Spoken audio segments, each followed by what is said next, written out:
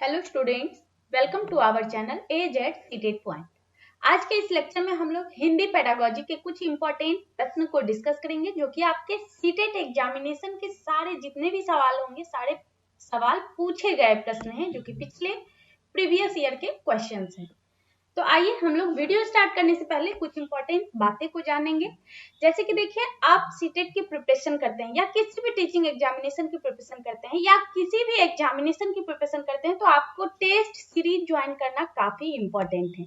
पढ़ाई तो हो जाती है बट अपने आप को आंकना कि हम कितने पानी में हैं, हमारी प्रिपरेशन कहाँ तक पहुंच चुकी है, तो इसके लिए हमें टेस्ट सीरीज की जरूरत होती है। ओके, तो आपको टेस्ट सीरीज मिलेंगे कहाँ? तो ये देखिए, आप हमारे वेबसाइट पर जाएं जिसका नाम है educationadda.com। ओके, जैसे ही आप educationadda.com पर जाते हैं, आप मेनू में जाएं। मेनू इस तरीके से नहीं वहां लिखे हुए मिलेंगे, आपको इस टाइप से दिखेंगे। 3 लाइन मिलेंगे छोटे छोटे ब्लैक कलर में। तो उस लाइन पे आप जब क्लिक करते हैं तो वही मेनू होते हैं। मेनू में आपके कई दिए गए हैं जिसमें कि एक ऑप्शन आपको टेस्ट योर सेल्फ मिलेंगे। आप टेस्ट योर सेल्फ को क्लिक कीजिए, वहां जाएंगे तो वहां आपको सीटेट टेस्ट मिलेंगे, राइट।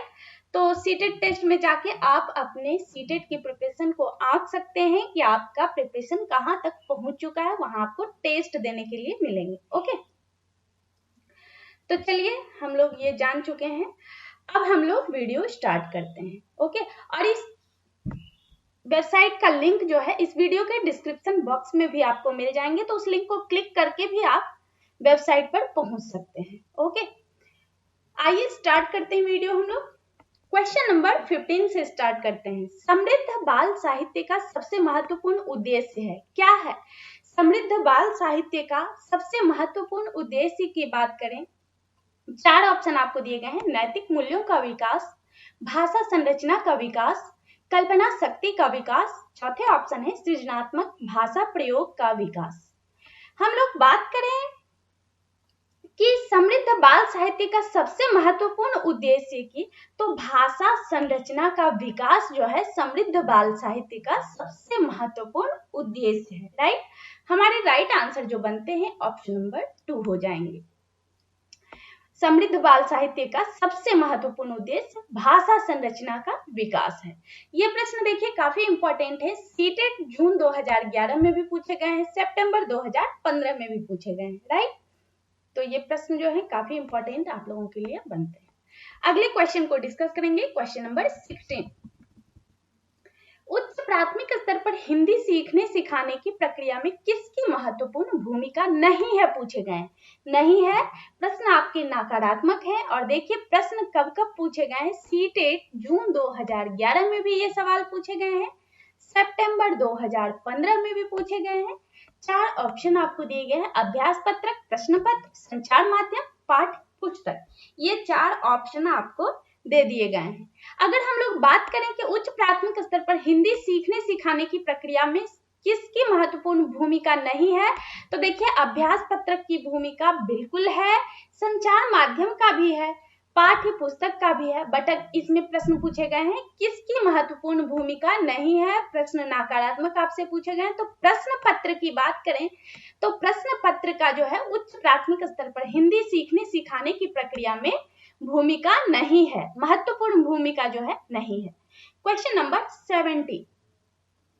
प्राथमिक स्तर पर आप किस तरह का बाल साहित्य उचित समझते हैं? प्राथमिक स्तर की बात हो रही है।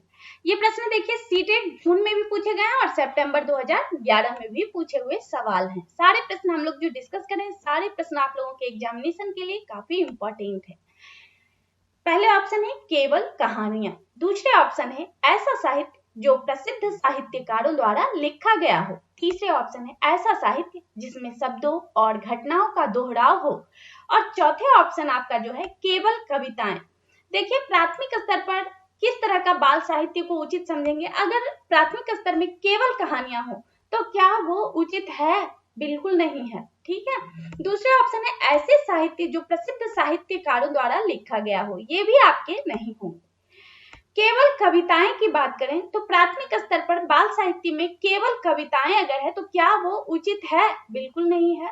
तो राइट आंसर हमारे ऑप्शन नंबर 3 बन जाते हैं, ऐसा साहित्य जिसमें शब्दों और घटनाओं का दोहराव हो। ओके, क्वेश्चन नंबर 18, भाषा की पाठ्य पुस्तक में ऐसे पाठ रखे जाएं जो कैसा हो। 4 ऑप्शन हमें दिए गए हैं। ओके, केवल व्याकरणिक नियमों का ही अभ्यास कराती हूँ, तो क्या ऐसा पाठ्य पुस्तक रखे जाएं? बिल्कुल नहीं। ठीक है, अत्यंत छोटे हों तो ऐसा भी नहीं होना चाहिए। राइट, तीसरा ऑप्शन है सरल भाषा से युक्त हो, तो ये भी आपके आंसर नहीं हो। कैसा होना चाहिए? भाषा की पाठ्य पुस्तक में ऐसे पाठ रखे जाएं जो बच्चों के परिवेश से जुड़े हों। राइट, तो हमारे राइट आंसर ऑप्शन नंबर 4 बनते हैं, भाषा की पाठ्य पुस्तक में ऐसे पाठ रखे जाएं जो बच्चों के परिवेश से जुड़े हों। अगले क्वेश्चन को डिस्कस करेंगे, क्वेश्चन नंबर 19, भाषा तब सबसे सहज और प्रभावी रूप से सीखी जाती है जब क्या होता है। पहले ऑप्शन आपके जो दिए गए हैं, भाषा प्रयोग की दक्षता प्रमुख उद्देश्य हो। दूसरा ऑप्शन है भाषा की पाठ्य पुस्तक में अधिक से अधिक पाठों का समावेश हो। तो क्या ये जरूरी है? भाषा तब सबसे सहज और प्रभावी रूप से सीखी जाती है जब भाषा की पाठ्य पुस्तक में अधिक से अधिक पाठ का समावेश हो, तो ऐसा बिल्कुल भी नहीं है। राइट, तीसरा ऑप्शन है भाषा के नियम कंठस्थ कराए जाएं, तो ये भी जरूरी नहीं है। कंठस्थ तो बिल्कुल भी नहीं करवाना। ये जो है आपके निगेटिव मतलब नकारात्मक प्रश्न जब आपसे पूछे जाते हैं तब कंठस्थ कहीं आता है, ये नकारात्मक होते हैं। ठीक है, पॉजिटिव में कभी ये आंसर आपके होंगे ही नहीं। चौथा ऑप्शन आपके भाषा शिक्षक कठोर रवैया अपनाते हैं, तो शिक्षक को कभी कठोर रवैया अपनाना नहीं है। ओके, तो ये भी आपके नहीं बनते हैं आंसर। राइट आंसर जो बनते हैं हमारे ऑप्शन नंबर 1 हो जाएंगे, भाषा तब सबसे सहज और प्रभावी रूप से सीखी जाती है जब भाषा प्रयोग की दक्षता प्रमुख उद्देश्य हो। राइट, हमारे राइट आंसर ऑप्शन नंबर 1 बन जाते हैं। क्वेश्चन नंबर 20, भाषा शिक्षण में कौन सा बिंदु सबसे कम महत्वपूर्ण है? आपसे पूछे जा रहे हैं, सवाल पूछे जा रहे हैं कि भाषा शिक्षण में कौन सा बिंदु ऐसा है जो सबसे कम महत्वपूर्ण है। तो भाषा शिक्षण की बात हो रही है, तो पहले ऑप्शन है भाषाई अभ्यास, तो क्या ये कम महत्वपूर्ण है? यहाँ देखिए आप, कम महत्वपूर्ण आपसे पूछे जा रहे हैं, तो भाषाई अभ्यास तो बिल्कुल जरूरी है, भाषिक परिवेश भी जरूरी है, पाठ्य सामग्री भी हमें जरूरी है। तो सबसे कम महत्वपूर्ण की बात करें तो हमारे जो राइट आंसर होंगे, परीक्षाएं जो है भाषा शिक्षण में परीक्षाएं सबसे कम महत्वपूर्ण है। ये 4 ऑप्शन जो दिए गए हैं इसमें सबसे कम महत्वपूर्ण परीक्षाएं होंगे। क्वेश्चन नंबर 21, भाषा की पाठ्य पुस्तक में खाली स्थान से संबंधित पाठ होने चाहिए। किससे संबंधित पाठ होने चाहिए? संस्कृति से, तो बिल्कुल भाषा की पाठ्य पुस्तक में संस्कृति से संबंधित पाठ होने चाहिए। वहीं अगर साहित्य की बात करें तो भाषा की पाठ्य पुस्तक में साहित्य से संबंधित पाठ भी होने चाहिए। विज्ञान की बात करें तो भाषा की पाठ्य पुस्तक में विज्ञान से संबंधित पाठ भी होने चाहिए। राइट आंसर हमारे जो बनते हैं ये सभी हो जाएंगे। Okay, right answer option number 4 हो जाते हैं। जितने भी सवाल हम लोग डिस्कस कर रहे हैं सारे सवाल आपके सीटेट एग्जामिनेशन में पूछे गए सवाल हैं। क्वेश्चन नंबर 22, बच्चों को बाल साहित्य उपलब्ध कराने से क्या लाभ है? 4 ऑप्शन आपको दिए गए हैं, तो क्या लाभ है? बच्चों को विविधतापूर्ण भाषिक सामग्री पढ़ने का अवसर देना।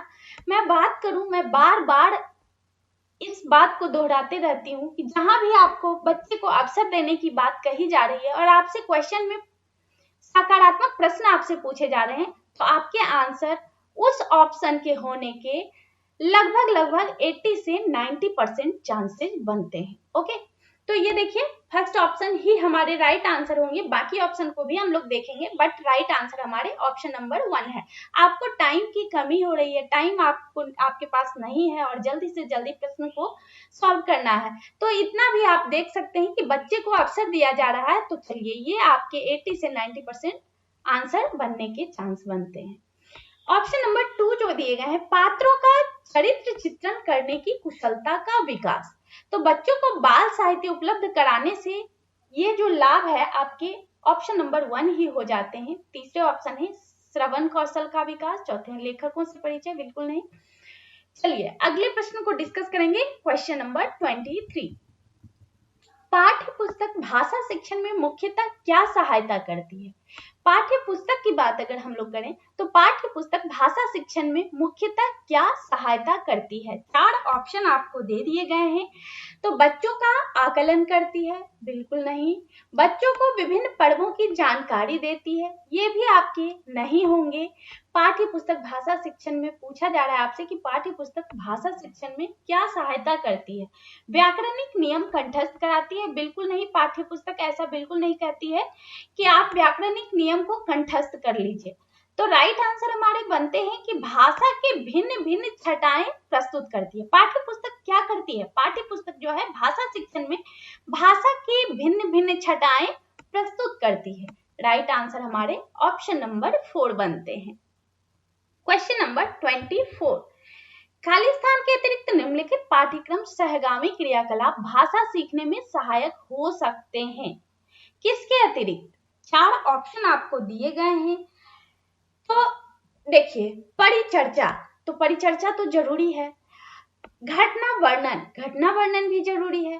पाठों को याद करना, यही हमारे राइट आंसर बनते हैं कि पाठों को याद करना के अतिरिक्त निम्नलिखित जो भी परिचर्चा, घटना वर्णन, गीत, ये सारे जो हैं पाठ्यक्रम सहगामी क्रियाकलाप भाषा सीखने में सहायक हो सकते हैं। ओके, राइट आंसर हमारे ऑप्शन नंबर 3 बन जाते हैं, पाठों को याद करना के अतिरिक्त। चलिए अगले क्वेश्चन को डिस्कस करेंगे। क्वेश्चन नंबर 25, पूरक पाठ्य पुस्तक का उद्देश्य। यहाँ आपसे सवाल पूछे जा रहे हैं कि पूरक पाठ्य पुस्तक का उद्देश्य है। पूरक मीन्स आप जो पढ़ रहे हैं उसके अलावा भी कुछ होते हैं, बुक्स हमें पढ़ने को मिलते हैं। तो पूछे जा रहे हैं कि पूरक पाठ्य पुस्तक का उद्देश्य क्या है? पहला ऑप्शन है बलपूर्वक पढ़ना, दूसरा है अतिरिक्त गृह कार्य देना, तीसरे ऑप्शन है वाचन अभ्यास करना और चौथे ऑप्शन है गंभीर साहित्य पढ़ना। ओके, तो पूरक पाठ्य पुस्तक का उद्देश्य बलपूर्वक पढ़ना बिल्कुल भी नहीं है, अतिरिक्त गृह कार्य देना भी नहीं है, गंभीर साहित्य पढ़ना भी नहीं है। आपके राइट आंसर जो बनेंगे वाचन अभ्यास। पूरक पाठ्य पुस्तक का उद्देश्य वाचन अभ्यास यानी बोलने के अभ्यास है। Okay, right answer option number 3 बनते हैं। क्वेश्चन नंबर 26, भाषा की पाठ्य पुस्तक में ऐसे पाठ चुने जाएं जो संक्षिप्त हो, प्रसिद्ध लेखकों के हों, बच्चों के संवेदना लोक के साथी बन सके। चौथे ऑप्शन है अनिवार्य मूल्यों से ओत-प्रोत हो। राइट, तो यहाँ हम लोग बात करें कि भाषा की पाठ्य पुस्तक में कैसे पाठ चुने जाएं, तो ऐसे पाठ चुने जाएं जो संक्षिप्त हो। बिल्कुल नहीं है, ये आंसर आपके होंगे। पाठ्य पुस्तक जो है ऐसे नहीं चुने जाना चाहिए जो कि संक्षिप्त हो, प्रसिद्ध लेखकों के हो, ये भी आपके नहीं होंगे आंसर। तीसरे ऑप्शन है बच्चों की संवेदना लोक के साथी बन सके। बिल्कुल राइट, भाषा की पाठ्य पुस्तक में ऐसे पाठ चुने जाएं जो बच्चों के संवेदना लोक के साथी बन सके। राइट, हमारे राइट आंसर ऑप्शन नंबर 3 बन जाते हैं। ये देखिए, चौथे ऑप्शन को भी देख लीजिए, अनिवार्य मूल्यों से ओत-प्रोत हो, ये भी आपके राइट आंसर नहीं है। क्वेश्चन नंबर 27, उच्च प्राथमिक स्तर पर भाषा की पाठ्य पुस्तक में विविध प्रकार की साहित्यिक रचनाओं के समावेश का मुख्य उद्देश्य यह है, क्या है? मुख्य उद्देश्य इसका क्या है आपसे पूछे जा रहे हैं। पहले ऑप्शन है बच्चों को सभी प्रकार की साहित्यिक विधाओं में पारंगत करना। आपसे यहाँ पूछे जा रहे हैं, उच्च प्राथमिक स्तर की बात हो रही है और सवाल है कि उच्च प्राथमिक स्तर पर भाषा की पाठ्य पुस्तक में विविध प्रकार की साहित्यिक रचनाओं के समावेश का क्या मुख्य उद्देश्य है। दूसरा ऑप्शन है विभिन्न प्रकार की साहित्यिक विधाओं, ये थोड़ा मिनिमाइज हमें करना होगा।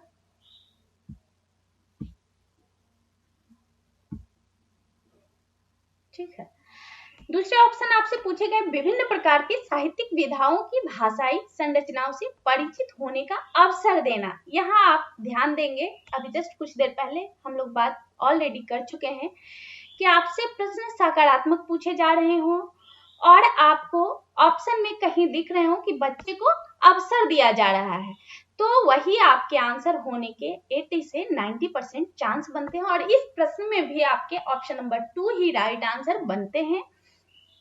थर्ड ऑप्शन को भी आप देख लीजिए, विभिन्न साहित्यिक विधाओं के प्रसिद्ध रचनाकारों से परिचित कराना, बिल्कुल नहीं, ऐसा कुछ नहीं है। चौथा ऑप्शन है पाठ्य पुस्तक निर्माण की परंपरा का निर्वाह करना, ये भी आपके गलत ऑप्शन है। तो राइट आंसर आपके ऑप्शन नंबर 2 बन जाते हैं। क्वेश्चन नंबर 28, रश्मि अपनी कक्षा को बाहर मैदान में ले जाती है और पर्यावरण पर आधारित कविता पाठ का कार्य करती है। रश्मि का उद्देश्य है, क्या है रश्मि का उद्देश्य? बच्चों को रोजमर्रा की चर्चा से कुछ अलग माहौल देना, बच्चों को मैदान में घूमने का अवसर देना। यहाँ भी देखिए आप घूमने का अवसर दिया जा रहा है, राइट। तो ऐसा नहीं है कि जहां भी ऑप्शन में आपको अवसर दिया जाए, मिल जाए तो उसी को टिक करना है, बिल्कुल ऐसा नहीं है। इस प्रश्न को आप ध्यान से देखें, यहाँ भी अवसर दिया जा रहा है बच्चों को, बट किसके लिए? मैदान में घूमने का अवसर दिया जा रहा है। थर्ड ऑप्शन देखिए, मैदान में प्राकृतिक वातावरण के साथ संबंध जोड़ते हुए कविता को समझने का अवसर देना। तो रश्मि जो है अपनी कक्षा को बाहर मैदान में ले जाती है और पर्यावरण पर आधारित कविता पाठ का कार्य करती है। तो रश्मि का यही उद्देश्य है कि मैदान में प्राकृतिक वातावरण के साथ संबंध जोड़ते हुए कविता को समझने का अवसर देना, राइट। हमारे राइट आंसर ऑप्शन नंबर 3 बन जाते हैं। चौथे ऑप्शन को देख लीजिए, अपने शिक्षक प्रशिक्षण में सीखी बातों का निर्वाह करना, ऐसा भी, ये भी ऑप्शन आपके गलत है। क्वेश्चन नंबर 29 और ये आपके लास्ट क्वेश्चन है। भाषा की पाठ्य पुस्तक में सबसे महत्वपूर्ण पक्ष है, कौन सा सबसे महत्वपूर्ण पक्ष है? कागज की गुणवत्ता और छपाई। तो क्या ये महत्वपूर्ण पक्ष हो सकते हैं? बिल्कुल नहीं हो सकते हैं। भाषा की पाठ्य पुस्तक में कागज की गुणवत्ता से कोई मतलब नहीं है, छपाई से भी कोई मतलब नहीं है। उसमें क्या होना चाहिए? उसमें पाठ कैसा है ये हमें देखना होगा। दूसरा है वस्तुनिष्ठ अभ्यास, ये भी आपके नहीं होंगे। तीसरे ऑप्शन है व्याकरणिक नियमों की सैद्धांतिक व्याख्या, ये भी आपके राइट आंसर नहीं है। भाषा की पाठ्य पुस्तक में सबसे महत्वपूर्ण पक्ष पाठों का उद्देश्यपूर्ण चयन करना है, राइट।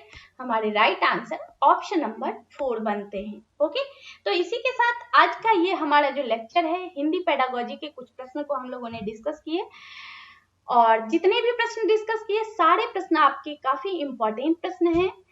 तो अब तक आपने हमारे इस वीडियो को देखा, आपको हमारा ये वीडियो हेल्पफुल लगा तो अभी जस्ट हमारे इस वीडियो को लाइक कर दें।